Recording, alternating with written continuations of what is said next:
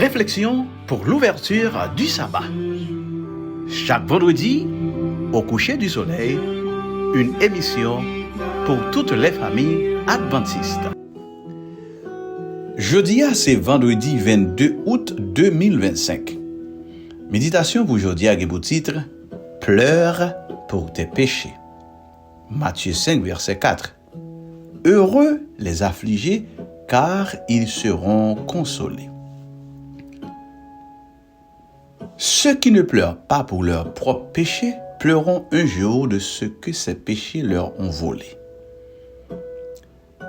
Dieu dit pour essuyer à jamais les larmes de ceux qui ont pleuré ses fautes. Oui, c'est là qui apprennent à pleurer pour pécher. Bon Dieu qui pour essuyer les yeux.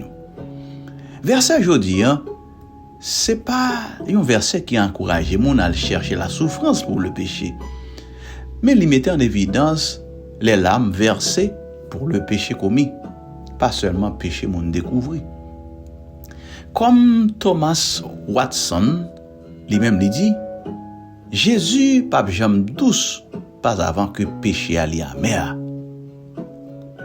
La véritable transformation s'opère lorsque nous confrontons notre propre péché et constatons son impact sur notre vie. Oh oui, chers amis, transformation pour commencer, c'est le moi-même prendre compte de propre péché et qui impacte l'effet sur la vie famille, sur la vie timoun. Pour le monde, pleurer le péché sont bagages qui démodés et qui honteux. Mais pour le chrétien, c'est un chemin vers la véritable joie. Tant que nous vivons dans le monde, ça, chère famille adventiste, les larmes seront inévitables. Mais cependant, il ne va pas durer éternellement. Les larmes de douleur auront aussi une fin. Cependant, dans le contexte péché, il n'est pas suffit seulement pour nous pleurer. L'action est nécessaire. Les larmes sont capables d'un point de départ lorsque vous prenez naissance d'un cœur repentant. Mais l'âme n'est pas douée en vous-même une fin. C'est-à-dire, chaque fois que je péche, je crie et c'est suffit. Non, j'ai besoin de prendre des actions par la puissance du Saint-Esprit pour me corriger la situation. L'âme doit seulement alimenter notre désir de changement.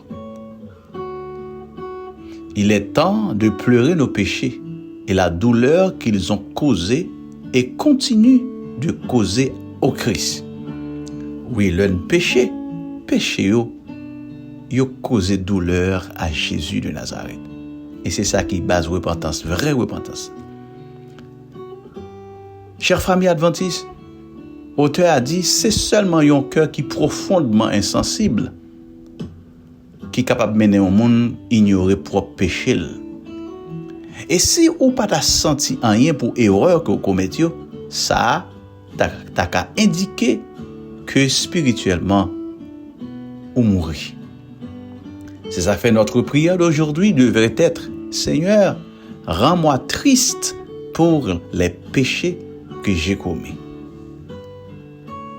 Heureuses sont les larmes qui jaillissent d'un cœur repentant d'avoir blessé le Christ. Le chemin qui mène nous vers la joie du pardon doit passer par une vraie repentance. Vraie repentance, c'est pas parce que me repentir entre guillemets, parce que me peur les conséquences du péché, mais c'est parce que me senti moins rendre Jésus triste.